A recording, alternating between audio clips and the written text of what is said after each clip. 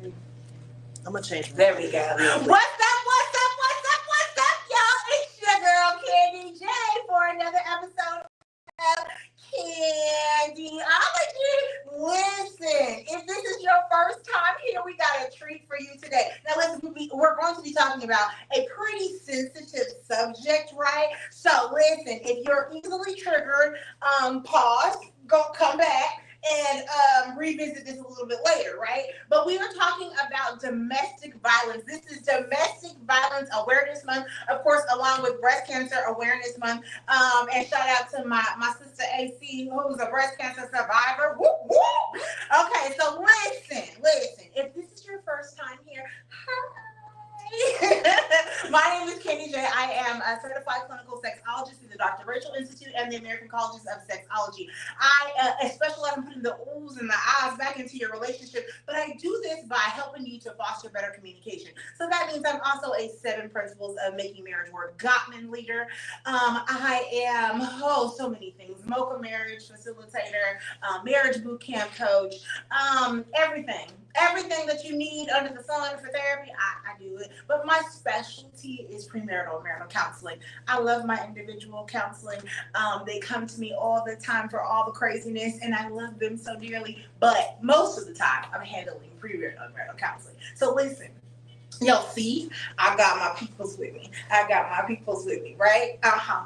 So I'm going to let them introduce themselves, and I will start to my left in the middle. Hey, girl. Who you be, child? Who you be? I am Renette Riddle. I am an entrepreneur, and I am the founder of Women Helping Empower Women. What is that all about?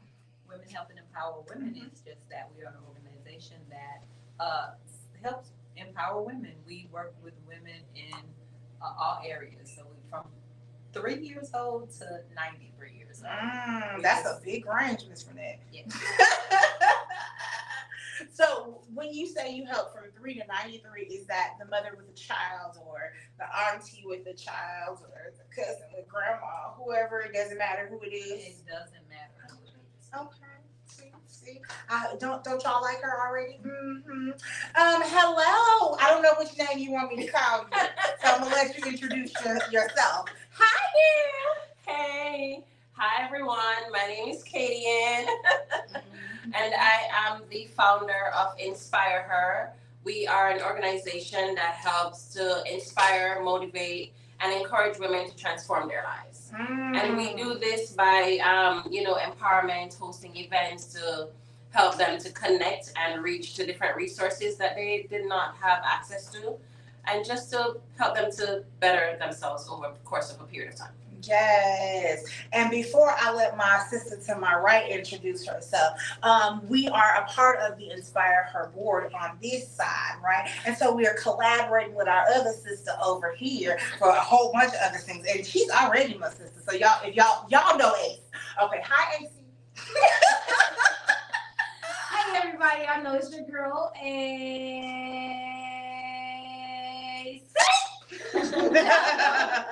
now better known as Minister AC, yes, with Tickle Pink Ministries, foundation found on helping women battling breast cancer.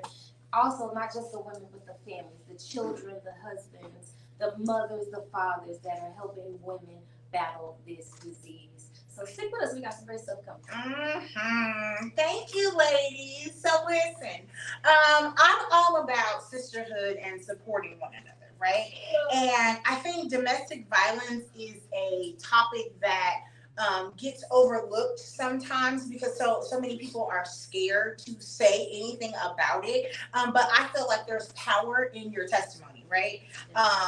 No matter what you've gone through, whether it's domestic violence or something else, right? There's power in your testimony. So this is what this show is going to be about, guys. So buckle in, right? Again, if you get triggered, pause, come back, or share it to somebody that may need to hear this, right? Especially, and across the screen at the end of this, we'll have the domestic violence hotline for you to call, or you can also call Candyology Coaching Services, and we will help you, right? So, again, let's go. All right, so my thing is, domestic violence is not just physical, because so many people talk about the physicality part, right? Right? But what about the emotional? What about the financial? What about the sexual? What about mentally? Period. Right? How as a survivor of domestic violence have you navigated through all of those things? We want to hear your story, and it doesn't matter who starts. Tell us your story. I'm past being a survivor now. I will say that I am a fighter. And I say that because when you survive something and you come out on the other side of it, you have a different perspective on not just your life, but on the lives that are around you.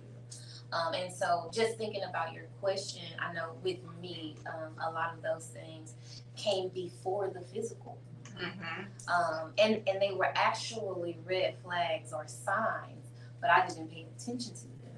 I was young, I was inexperienced, and I was really learning on the job. And then it came at a point in time where I was really learning myself. So I think for me, that was the most detrimental part, because for a minute it defined me.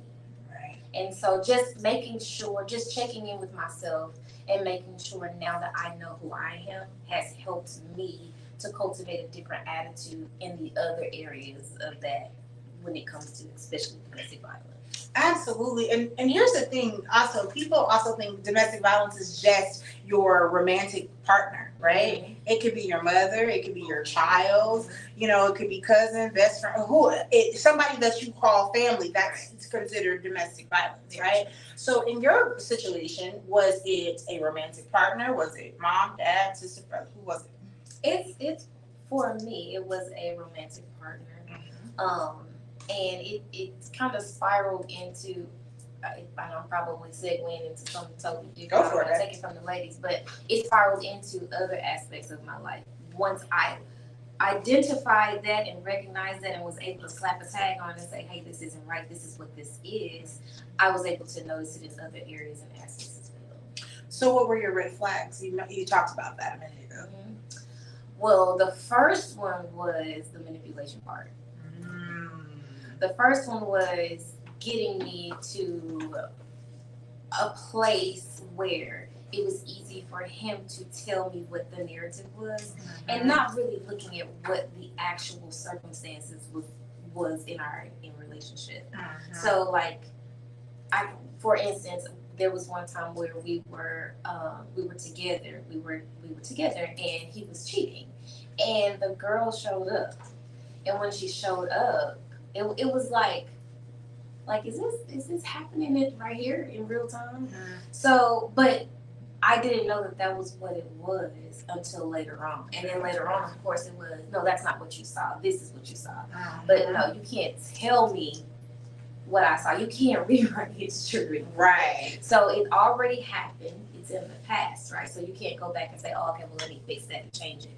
No, right. This happened. So I need you to acknowledge what you did in this moment. That was the biggest red flag, was the manipulation. And then of course after that came the verbal. And it wasn't like calling me out of my name verbal. It was more so of like,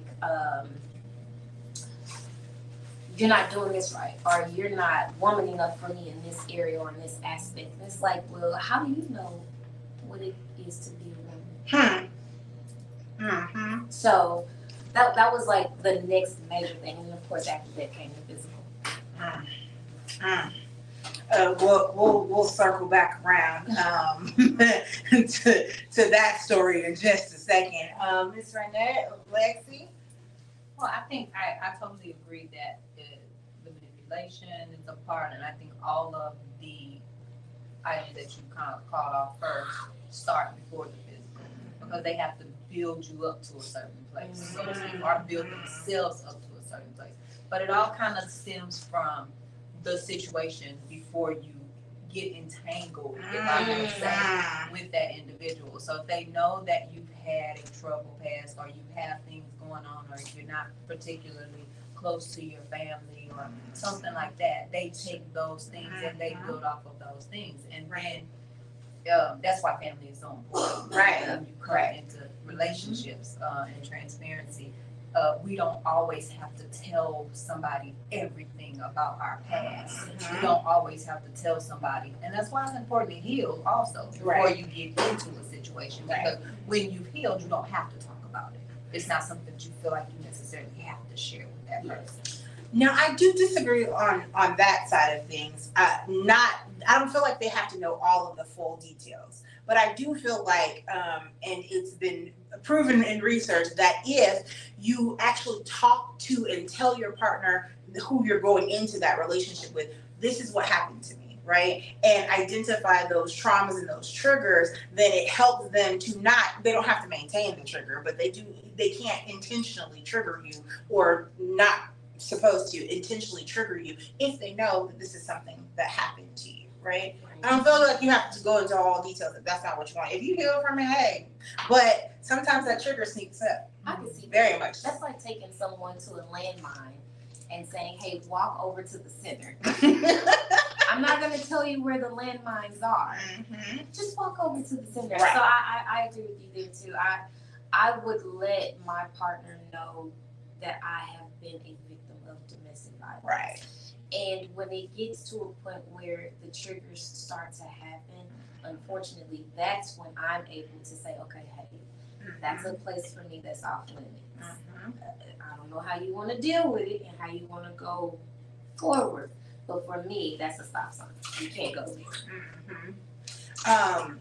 And what happens with people with me, right? When they sit down in therapy, it all comes out anyway.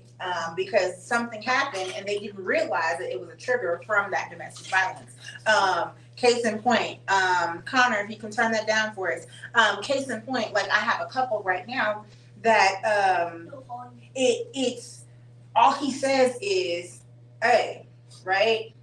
And it's like a, "Hey, how you doing?" But she doesn't perceive it as that, right? Because her previous partner was like, "Hey, come here," and even that little "hey," right? Even though he's not saying it in that manner, it triggers her. And so she didn't realize it until we sat down, and I was like, okay, so what's one of the things? She was like, him saying, hey, and he was like, yeah, I don't understand why hey is an issue.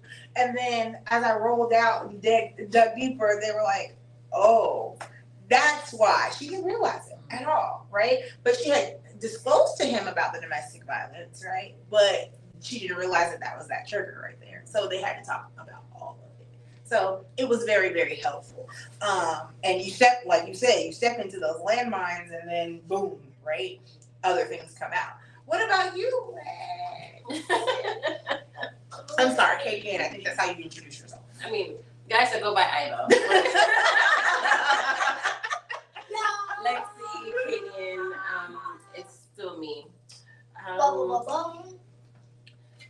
was the question again? I think you want to start with me answering the question. Yeah, whatever aspect of domestic violence you want to talk about right this moment. Oh, okay. Your story. Well, well, for me, growing up, I saw domestic violence, right? I saw it as a child being the safe person for both adults. However, becoming an adult and having my own experience was totally new to me. It was so new to me that I didn't even know that I was being abused.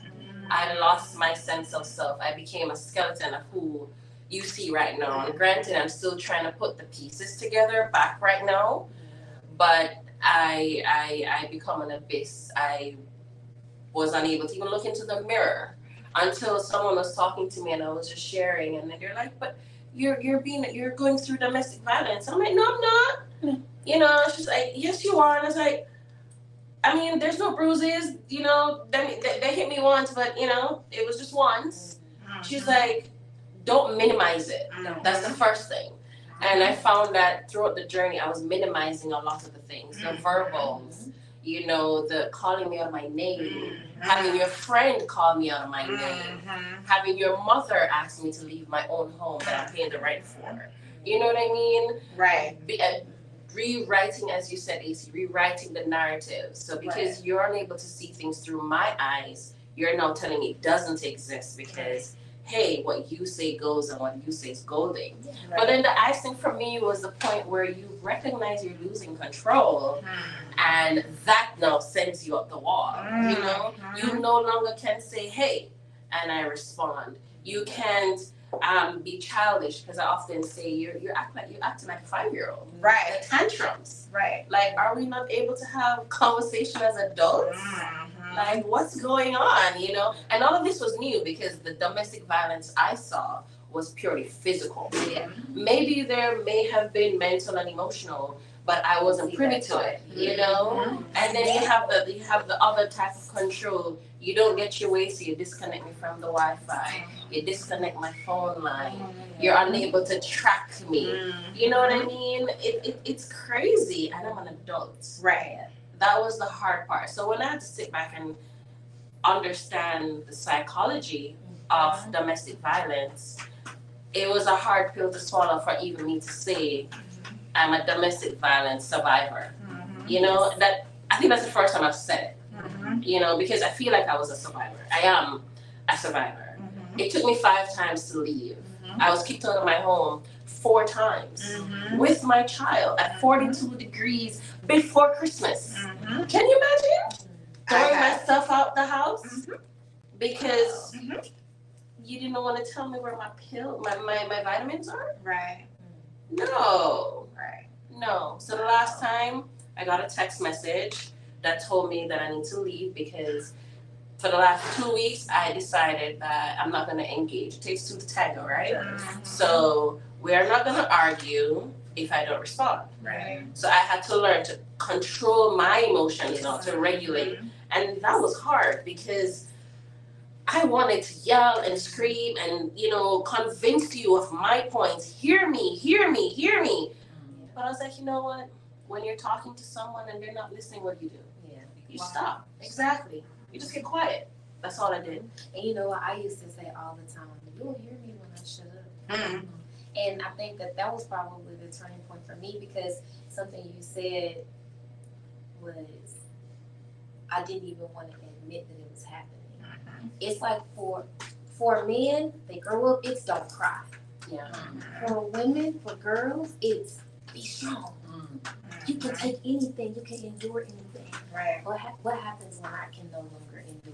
Yes. And that was the point for me where it was like, oh, I can't take this no more.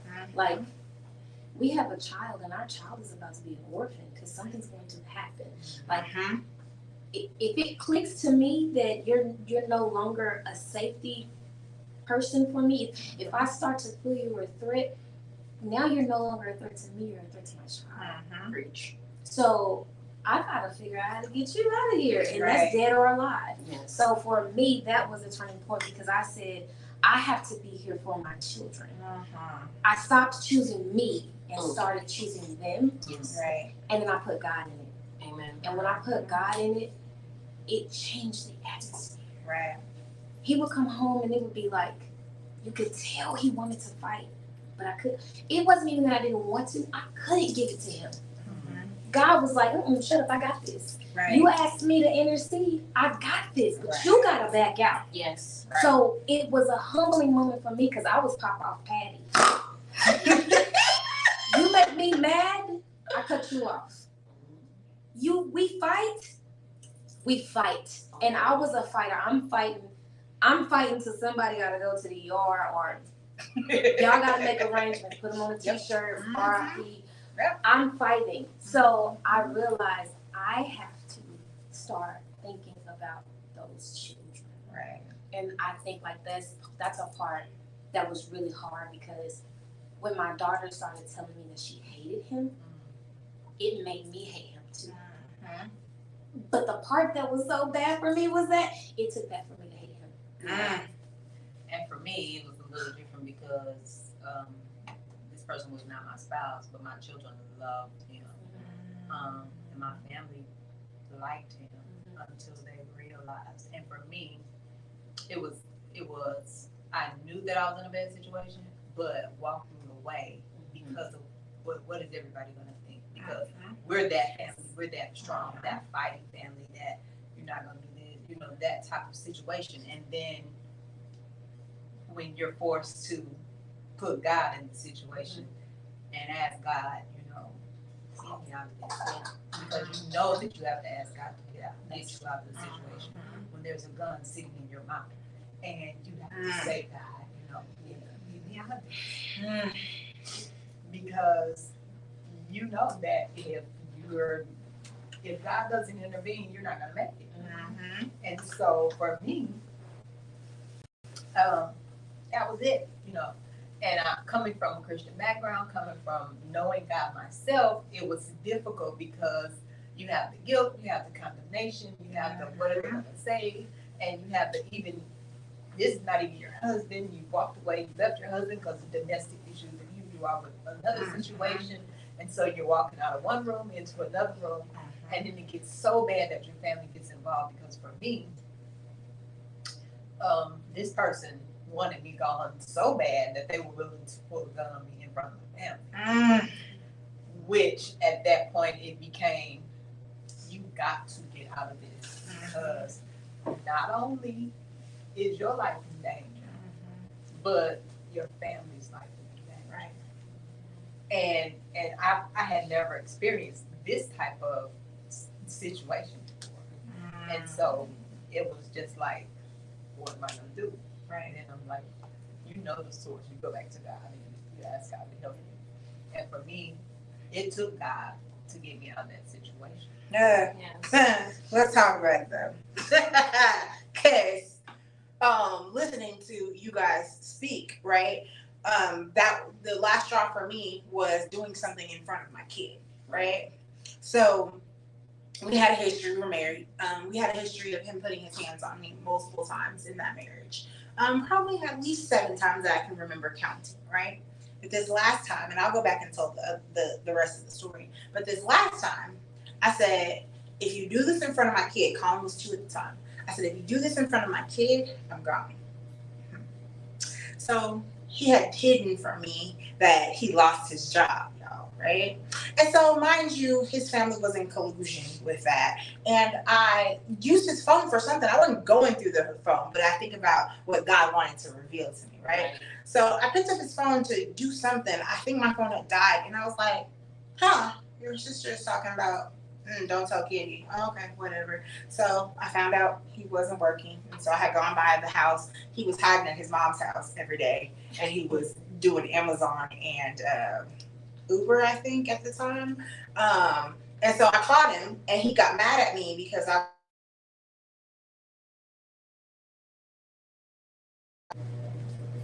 so you're at your mom's house during the day.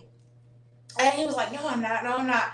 So I'm not sitting outside of your mom's house right now. Your car's not here. And he knew he was caught. I said, we'll talk about this when we get home, right? Came in the house. And I calmly, because I know him, right? I calmly approached this subject. I didn't rah. That's not me anyway, right? I sat over this side, and he was on this side. And I said, so what's going on? And you want me to do this, and you want me to do, okay, listen, I just want to know why you didn't tell me that you lost your job, right? And he was like, I got it. Okay, so here's what I need from you. I need this amount of money this week, So, and he starts to yell at me. And I was like, you know what? Let me go take me and my son around the corner, and you calm down, you chill out. Trying to get away from the situation, right? You're not taking my son anywhere. Wait, last time I checked, 9 months, carried him. Oh, he's my son too. I just want to get him out there. You can't, it's too cold outside. It's 55 degrees and he has jackets. We'll be okay. I'm just trying to get out the house, right? Nah, he didn't like that. Colin's over there watching TV and I'll kill you. Oh, okay. So the way our dining room set up was the dining room table was like right here and the wall is here and the dining room table is all the way at the wall. So I have no way of escaping this way. All I can go is this way. So he closes the gap in between us and chokes me and puts me through the wall. And so all I can think of is not in front of my child, not in front of my child. I can't, God, please, not in front of my child. So I black out for 5.2 seconds and I hear Colin saying, Mama. And it's like it snapped him out too. And so he took his hands off me and slammed me to the ground and scooped up Colin and was headed out the door. And mind you, at this point, because I think I skipped the part of the story where I had already called his mom and was like, he's yelling and screaming at me, and I don't know what he's about to do. And so I said, I'm about to call 911. And that's when he scooped up calling and ran out the door. I knew where he was going. He was going to his mom's house. So I called my bestie and my tribes at the time, and I ran out the house, knowing where he's going. I get there first.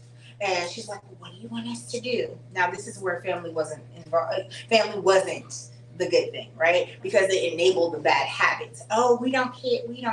But yet when he comes to your house, what did you do? Okay.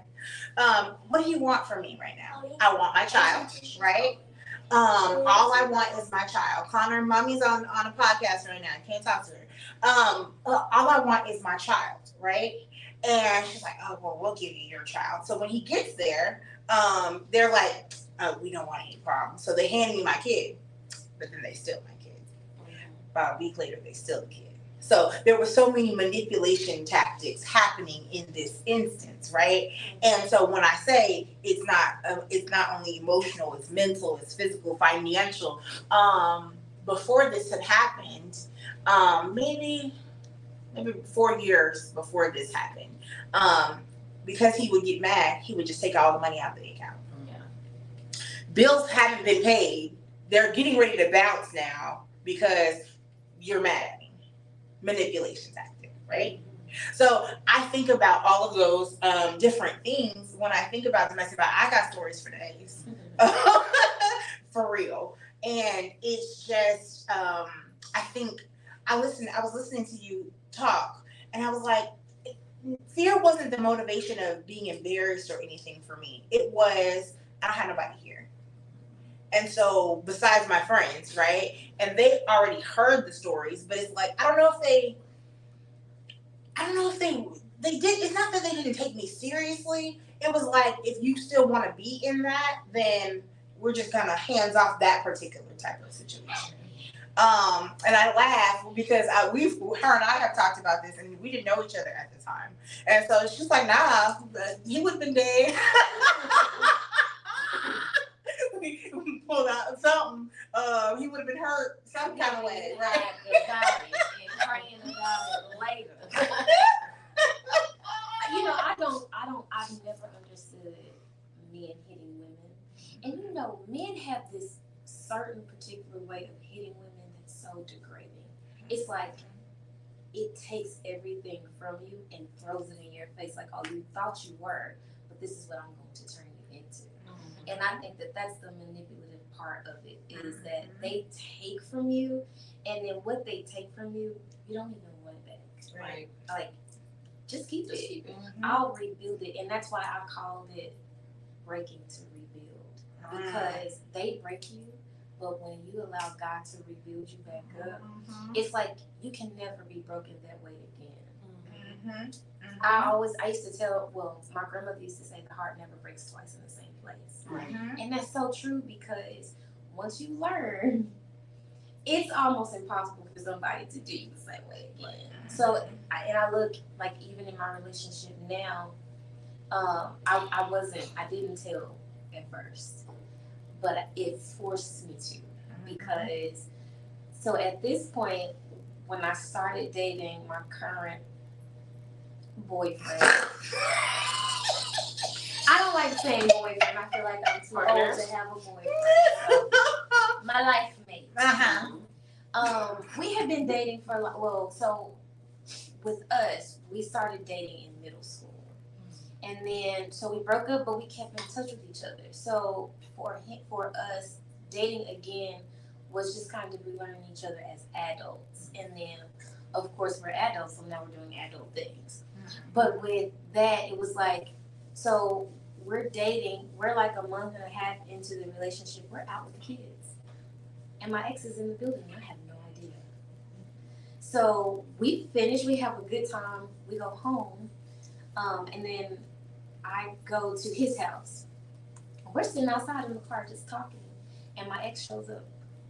So for me, in that moment, it was like, wait, what's going on? It was like surreal, because I was kind of like, we're not even together.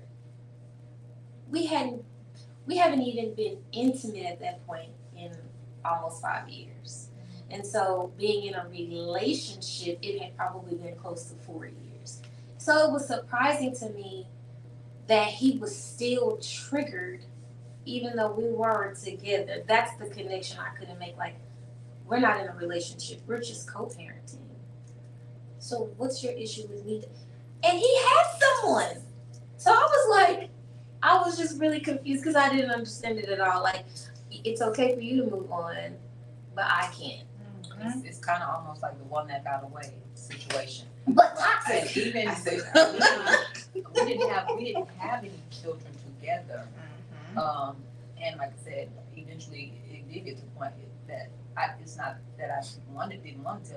He wasn't even physical on a regular. Like, I think he only had one physical altercation, but the extreme that he did have was deadly. So that gun occurred on more than one occasion. So it wasn't like, oh, I'm gonna hit you. It's like, I'm gonna kill you. And it was that serious. And so we hadn't been together for years. He had gotten married. We were together in one state, but we were from another state. He had moved back to the other state, got married, everything. He saw me out at a restaurant at a business lunch, and from that point, he found me.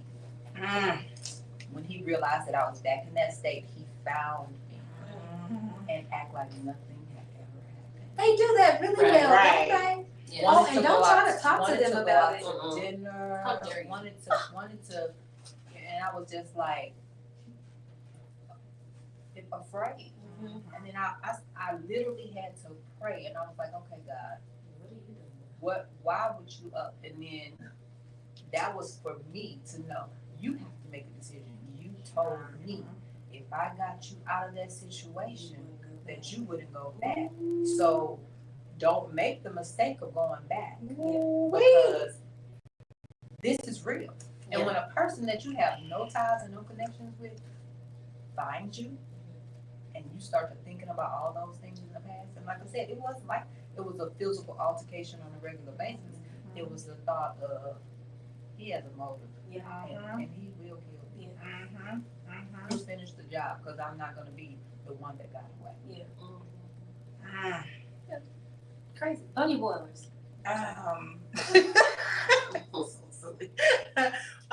What do you think that domestic violence has done to your mentality, your mental state? I'm aware of it. I see it, and I'm very keenly aware when I see it in other situations. But for me personally, it kind of keeps me on my toes.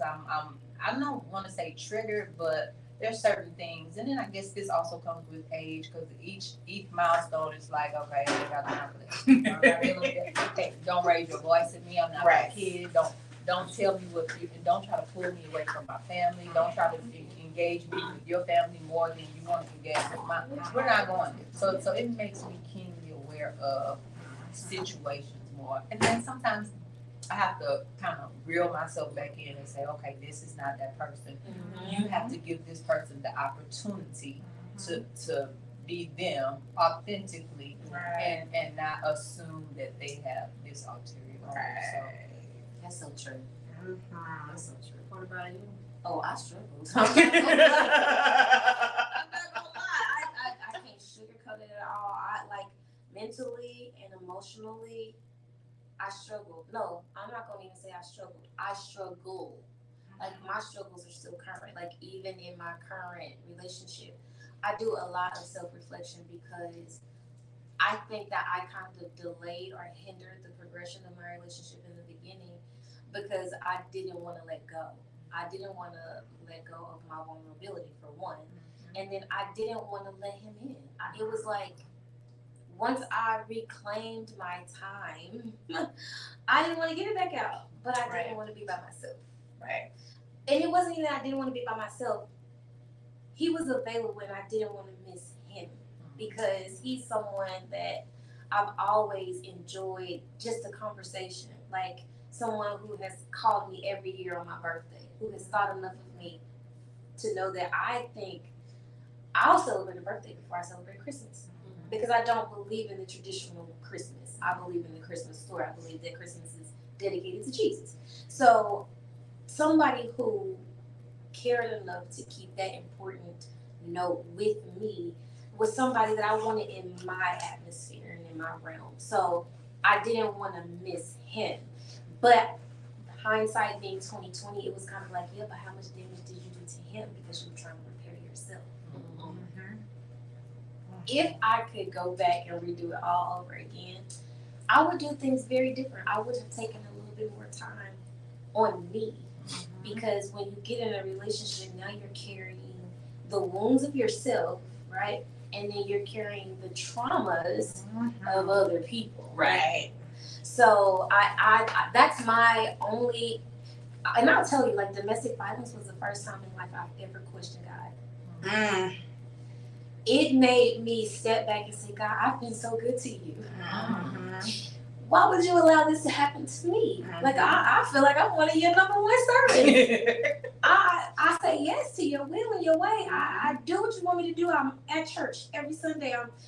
I'm in Bible study. I'm teaching. I'm doing everything that I feel like I'm supposed to do as a Christian. So why would you let this happen to me? Right. But he had to show me I didn't let anything happen to you because really I prepared you for this. My mother is the strongest lady I know. My mother thinks I don't like her, but it's not that I don't like her. I don't like to get in the atmosphere of my mom and miss something because my mom drops jewels like all the time. And so I don't want to miss anything. So a lot of time I spend with her, I spend in reflection and just being quiet and watching her. My mom has gotten me through so many things, and I'm so glad that God gave me her because I don't know that if I didn't have her, I would be sitting in the position that I'm in now. My mom like helped me, and even with me not telling her everything that happened, she still knew. She still figured out some kind of way to be in the know all the time. So she would call me on point every time. Like, hey, what are you doing? And something could have just happened. It would be like, I would be in a dark place, thinking, trying to figure out, like, okay, what's my next move? What am I going to do? And she would call me and be like, hey, what are you doing? Come over to the house. And those would be, my escapes or my opportunities to get away so that I could recalibrate and clear my mind. I just thank God for the little things like that. But domestic violence was the only time in life I've ever questioned God. And I've been through breast cancer. I have been literally broken in half to where the only thing holding me together is my skin.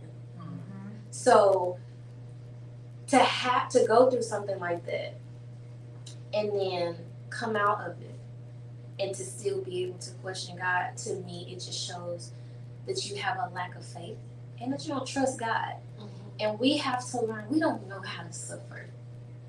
Because people think that suffering is a negative thing, but it's a character builder. Because in your suffering, there's waiting. And in your waiting is an opportunity for you to build your relationship with God. And that's what we miss, especially in moments like that, because we look at the bad and we're like, God, why are you allowing this to happen to me? Instead of saying, God, why not me? Amen. When are you going to allow me to go through something that's going to help me build my character? And that's why I, even with breast cancer, I had been wanting to write a book. And I felt like I didn't have anything to write about. Even after going through the domestic violence situation, I was like, people are not going to listen to me. And God said, oh, so you still don't get it. So let me just sit this on your timeline and see how you work that out. Right. So we have to be, very alert of not just our sufferings, but how we do in those waiting moments. And so for me, the domestic violence was that ship that Peter was on that was being tossed and turned that eventually just went shipwrecked. Because after that, rebuilding and then getting to where I am now, even after breast cancer, I look back at those things and I'm like, that's it. That's all you got. Give me some more. Because I feel like I'm built for this. but we have to be very, very careful with what we say. Words are spiritual vessels, and they carry things. So once you put that word out, it's out there, and it gotta come back. It has to. So that was my aha moment of like, how am I gonna get through this? And then why was this so detrimental? I always go back and I revisit bad situations, not because I want to have a pity party, but because I want to figure out what the learning lesson in it was. Yes. Absolutely. Gotta reflect. What do you think your mental state was? So, I mean, granted, before I went into I experienced domestic violence. My mental state was not 100 either. You know, just to be frank, because I've experienced a myriad of trauma from a young child. I think my entire life was trauma after trauma, but I am very intentional with myself, and as such, I always spend the time to understand what I went through, why I'm feeling this way, and to overcome it. So I never move forward until I feel like I'm healed. So I entered into this relationship green and healed and holy. The only part of it was that my relationship with God wasn't great, right? It wasn't. And going through that now, for me, that domestic violence experience, it brought me closer to God. That's it. Point blank, mic drop. Like, now I pray. Now I incorporate my son in his relationship with God. Whereas before, we never used to even pray before we eat. You know, as we finish cook, we swallowing up the food without expressing gratitude. You know, this experience has also helped me to just rebuild in terms of healing. I had to first admit that I was broken, or something was broken, before it can be healed. Because I'm gonna tell you, they say denial is in Egypt. I promise you, I was camped out right there. Right on the bank, right there. I was right there. You know, it took this experience where, and it's hard for me to talk about it, but I was so hurt. I was in so much pain. You know, like there was an experience where my partner at the time was yelling because I took my car and not asked if their mother wanted to use my car, even though I expressed that, hey, since you're here, my car is available for you, so if you want, just let me know. So I'm going about my business. No, my partner knows. My partner has my calendar, has my location. You know where I'm going. We'll have the conversation before I walk out the house. I came back in the house. Your mom is upset because I did not tell her that I was leaving. Granted, before I left, I said, hey, babe, I'm going to do this and so I'm going to be right back. I'm thinking you would have said, hey, mom, you know, she's going to go so-and-so. When she come back, you can use the car. That's what I'm thinking a rational adult would do or speak on behalf of your wife. Right? It's my car. That's Right. my car. But to tell you how much control this individual had over me, I believe their narrative. I believe that I was wrong for leaving the house and not telling their mom that I'm leaving, or hey, did you want to use the car before I go? Right. Type of thing. Granted, I'm cleaning, washing, cooking, taking care of you guys like you're the 5-star resort. Right.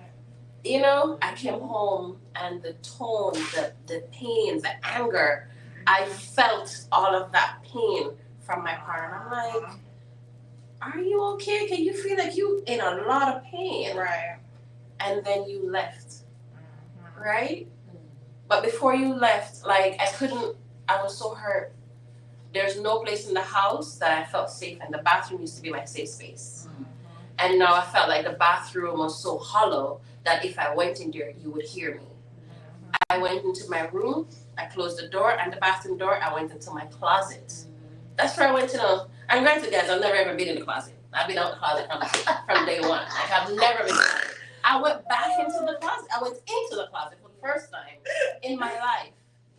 But the tipping point for me was when, I don't know how my son felt it, I don't know. But he left his side of the room, because that's another thing. He was prohibited from even playing in the living room. He's only confined to his room. Right. Which for me is not right for a kid. And my kid's active. That's when you know he healthy. Yeah, Right. the kid I've been talking to on the screen, y'all, that's her kid.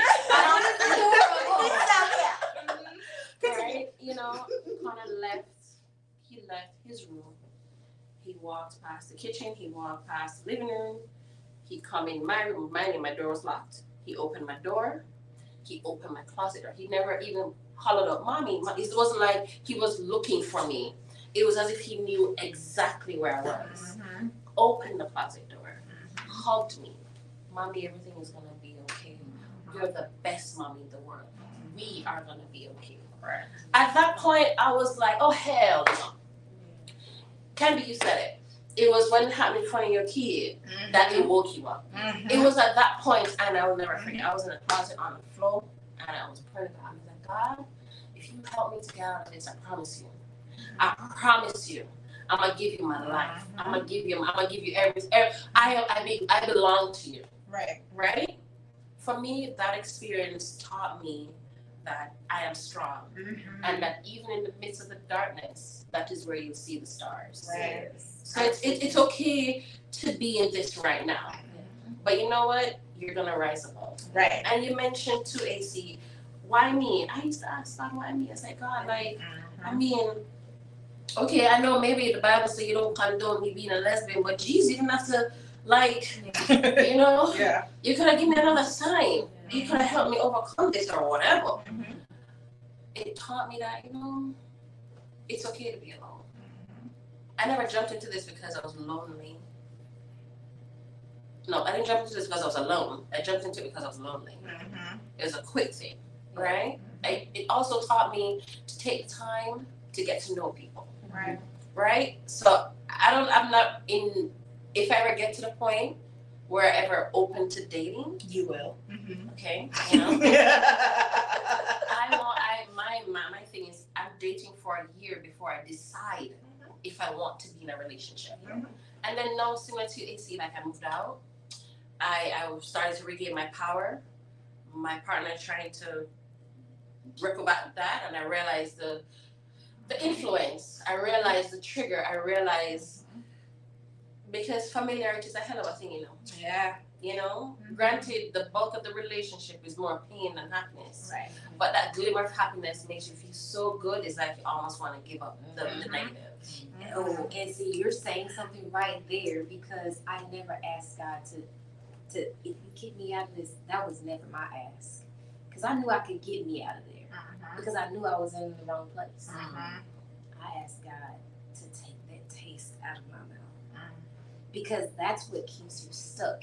You feel like if I detach from this person, it's gonna hurt. I don't want to deal with it.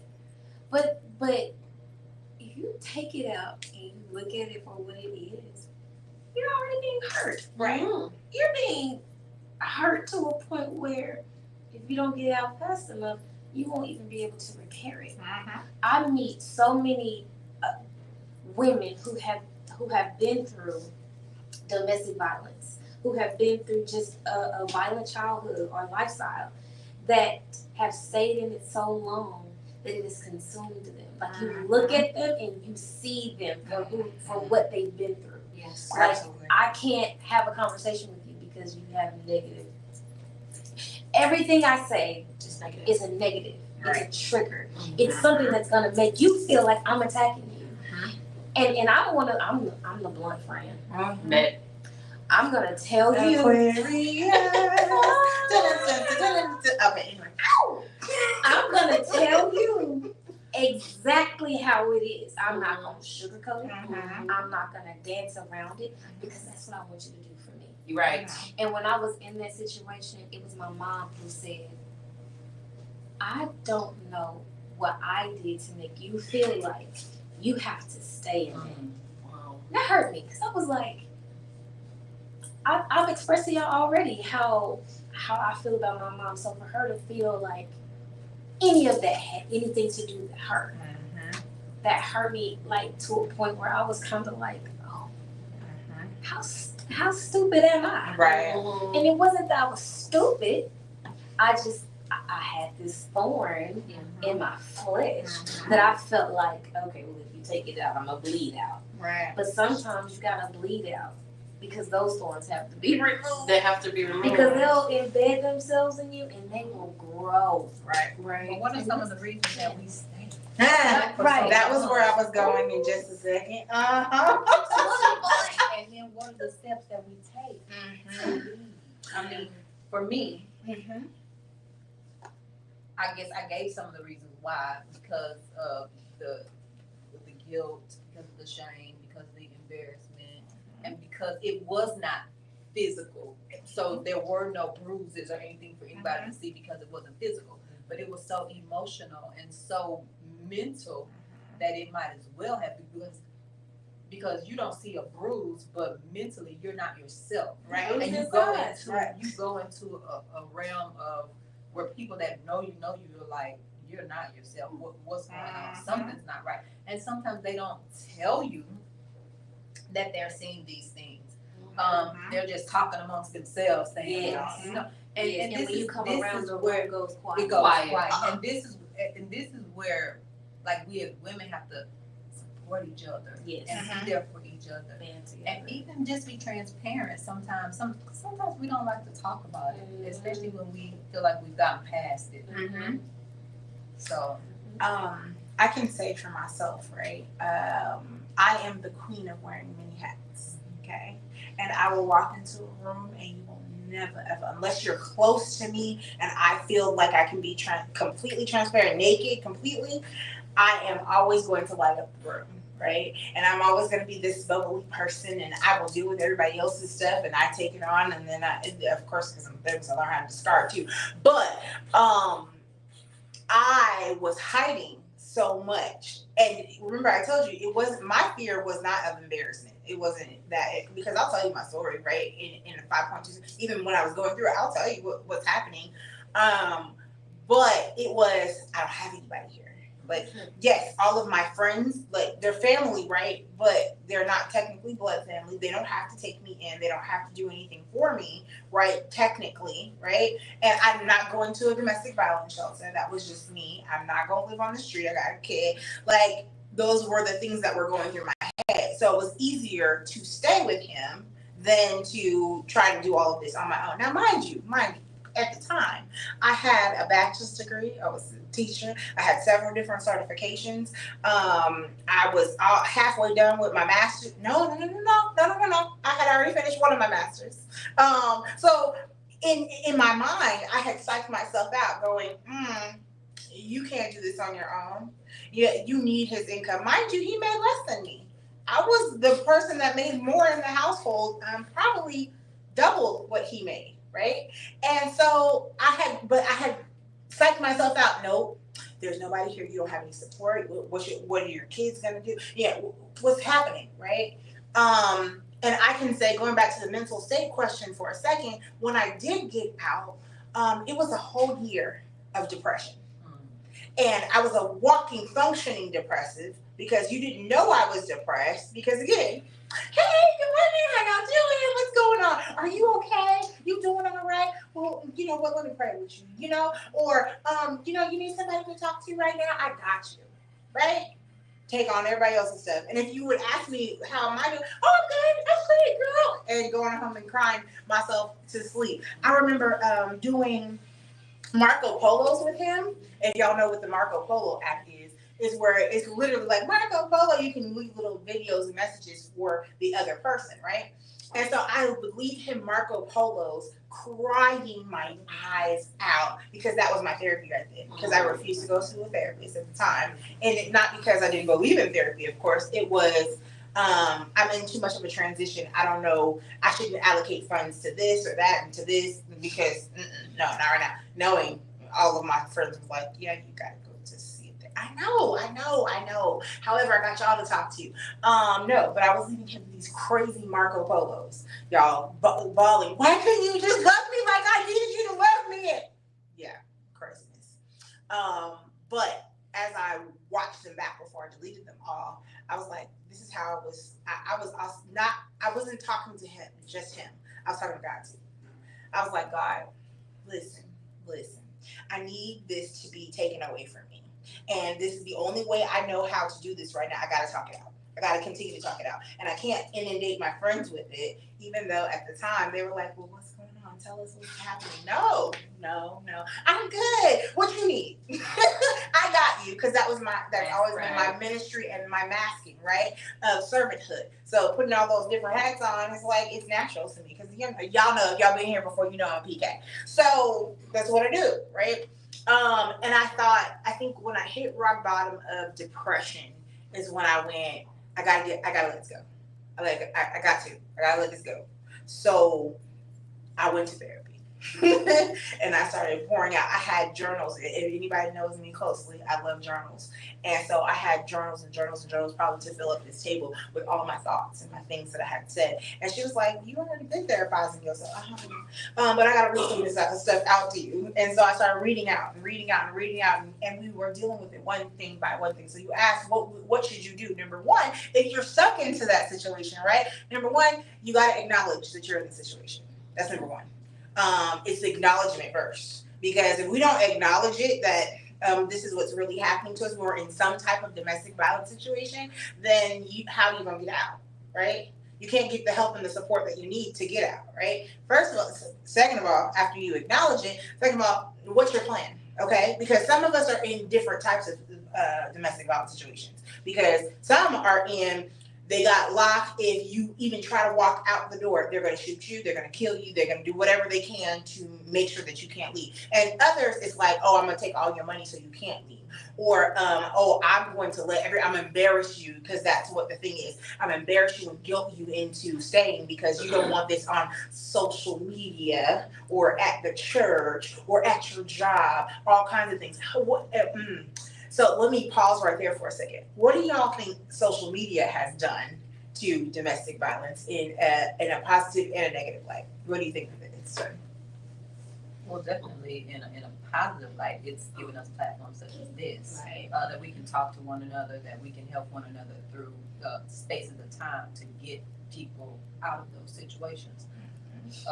Negatively, it's kind of the same thing as giving other people platforms against people that are going through that, because you got people exploiting people through and embarrassing and humiliating people and Killing showing people. and literally taking people's lives on social media. So Right. That's so true. Just to add to that too, in my opinion, I think just my experience too, for me, social media has created normally it was always a space for me to express my business and stuff, and then joining or allowing this person access to my platform, now we start sharing different friends, we start sharing, my family have access now. When they utilize, I like to call them, they're narcissists. When they utilize social media, for me it was a point to embarrass, to bring or dispute within our marriage in a social platform as a way to silence me, Right. and as a way to control me too. So you're not speaking to me about some of the issues, but yet you're lamenting about it on social media, or you're sharing videos. So I say, hey, let's get separated because I'm unhappy and you're unhappy, right? Suddenly 2.5 seconds on social media, my wife asks for a divorce, fuck her, type of thing, excuse my French, right? And without knowing that mentally had an effect on me, that broke me. So I had to know, and I didn't even remember, just even backtrack to the question you asked, Candy, mentally, remember that I have a block button. I literally have control to remove you, so I don't have to see your feed, you don't have access to me. It's called changing the access. Right? I forgot that. Like, my best friend was like, why you not just block her? I was like, Yeah. I could do that. You know? So social media for me, it was a form of control. And then when I regained my control, I'm still regaining it. I'm not there yet, but I will get there. You know, mentally it makes me impulsive. I went to Canada and I did not realize how triggered I am. Oh, by the way, I'm in therapy. So another thing that did help me mentally, it helped me with my mentally, it was that I needed help. I needed help. I could not be drinking gallons of alcohol just to hide the pain from my son. or not cry every time I'm cooking. Mhm. He's like, "Mommy, why are you crying?" Because he sees and hears everything, Yes. right? Mhm. It's all I had to say, you know what? To my therapist, say, "You going 2 weeks without alcohol? You could. It was the worst thing you could have said to me. I promise you, because I need a glass of wine or 3 or a bottle before I go to bed. Mhm. Because I need to not see the things I saw, feel the things I hear, feel the things I felt, hear the things I was hearing, and I could not do it on my own, and I had to do it as being a single mom, right? So I had to press that block button Mhm. on my life, access to me. So social media has its positive, yes. It helped me to identify what domestic violence is, Yes.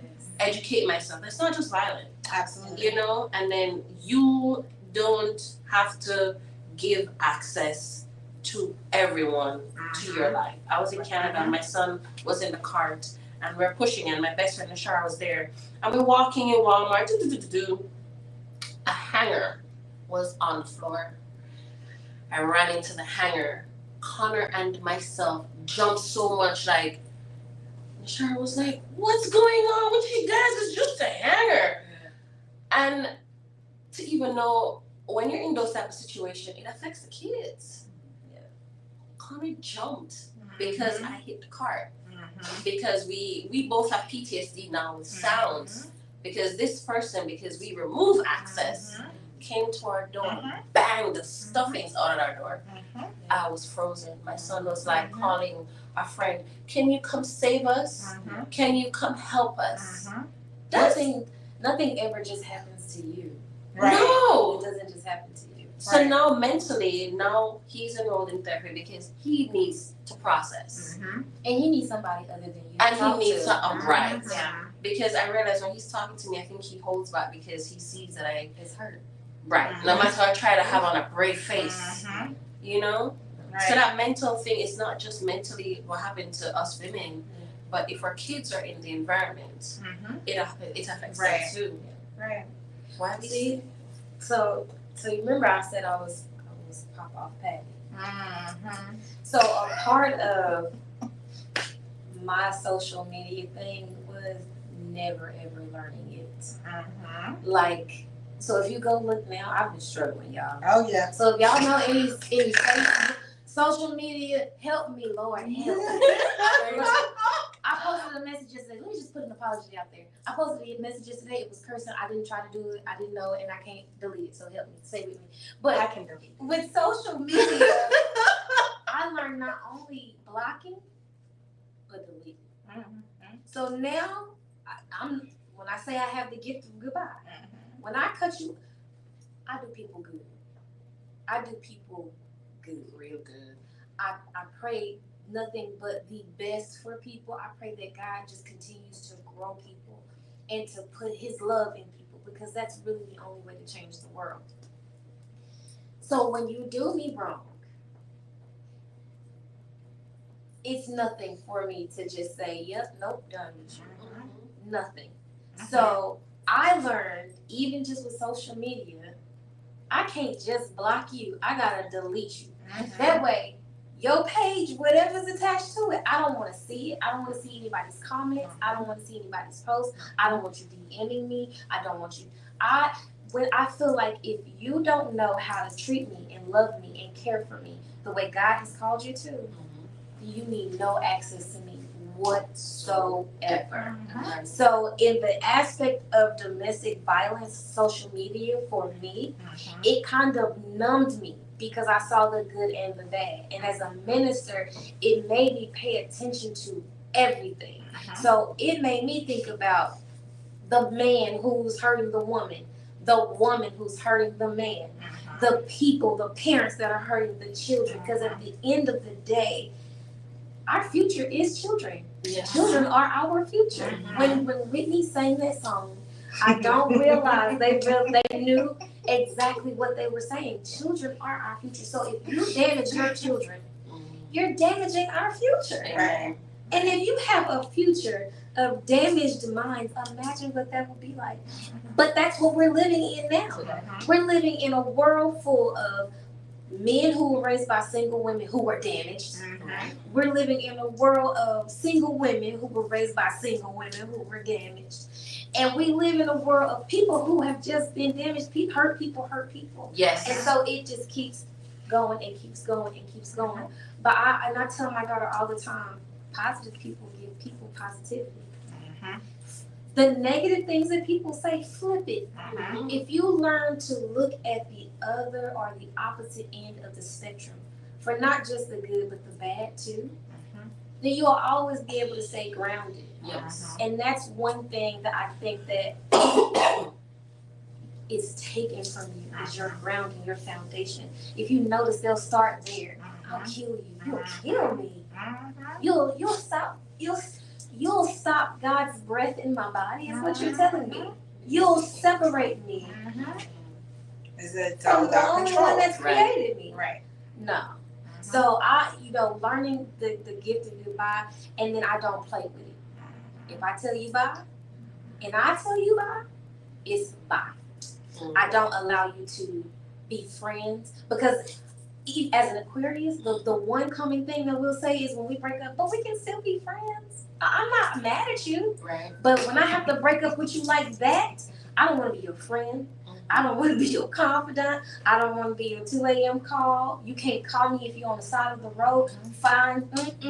Get somebody else to do it. You got to learn how to cut people's access to you off. Not change the access, but just completely cut it off. Because if you allow them an inch, they'll take a mile. They will take you and they'll put you in this whirlwind where you can't catch your breath and you can't get out of it. And that's the part where you're like, okay, all right, well, you lose yourself because you don't know how to get past that. Right. And guys, as we come to a close on this podcast, thank you for watching and joining us tonight. If you are experiencing domestic violence, please send us a DM. Send me a DM. If you know somebody that is experiencing domestic violence, please share this with them. But just 3 things to remember, and this is not all of it, right? But isolating you from your people and your family is a sign, right? Always guilt tripping you is a sign. Having a pattern of violence is a sign of some type of domestic abuse, right? And so if you see any of those 3 things, heighten your awareness. Start talking to some people about some things. Don't be ashamed to ask for help. Okay. If you are experiencing domestic violence, though, number 1, acknowledge it. Number 2, if you're in a physical domestic violence situation or a financial one, definitely create an exit plan, guys. Create one. If you don't know how to do that, hi, I'm here. There are plenty of other therapists that I can send you to if you're not comfortable with myself, but get help. There's always domestic hotlines. Lean on your tribe. Please. If you don't have anybody, like I had people, but I didn't have people as far as blood family, we'll be your family. Okay? Yes. We sure will. So, ladies, anything else that you would like to leave them with? Just don't be afraid, don't be ashamed. Just like she said, just like Candy said, find help. There are plenty of people that are willing to help you. There is no shame or any guilt in getting out of a domestic violence situation. Absolutely. I want to share, just to leave you with, to add to what Candy said. In having your exit plan, create like a safe plan as well.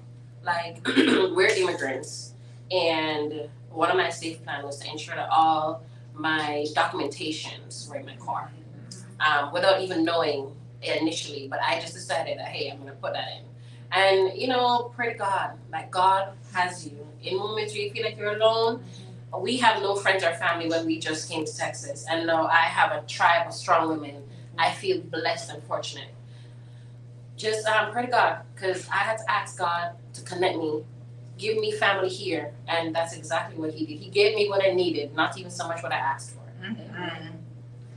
I guess my thing. I wouldn't be who I am if I didn't say put God in your exit plan and keep Him there. And always have him with you.